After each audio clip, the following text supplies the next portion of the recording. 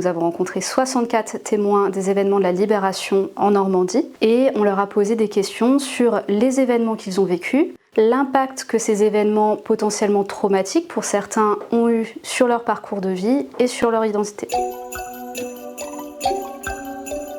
Je fais une thèse sur l'effet du trouble de stress post-traumatique sur la mémoire et au cours de cette thèse, j'ai rejoint le laboratoire NIMH.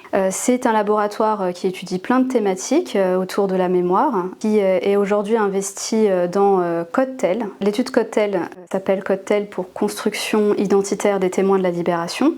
Elle concerne les personnes qui ont vécu la bataille de Normandie, donc qui ont vécu le débarquement, les bombardements, qui ont parfois vécu un exode.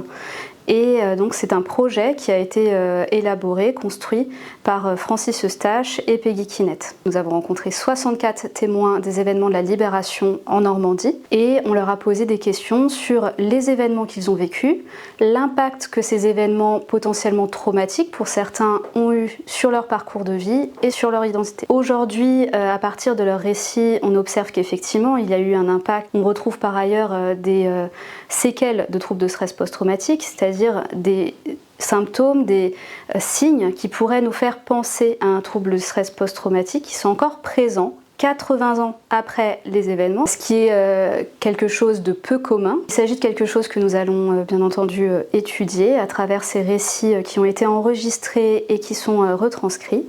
Et nous allons vous présenter les premières réflexions et les premiers résultats lors de la semaine du cerveau et du séminaire Signoret.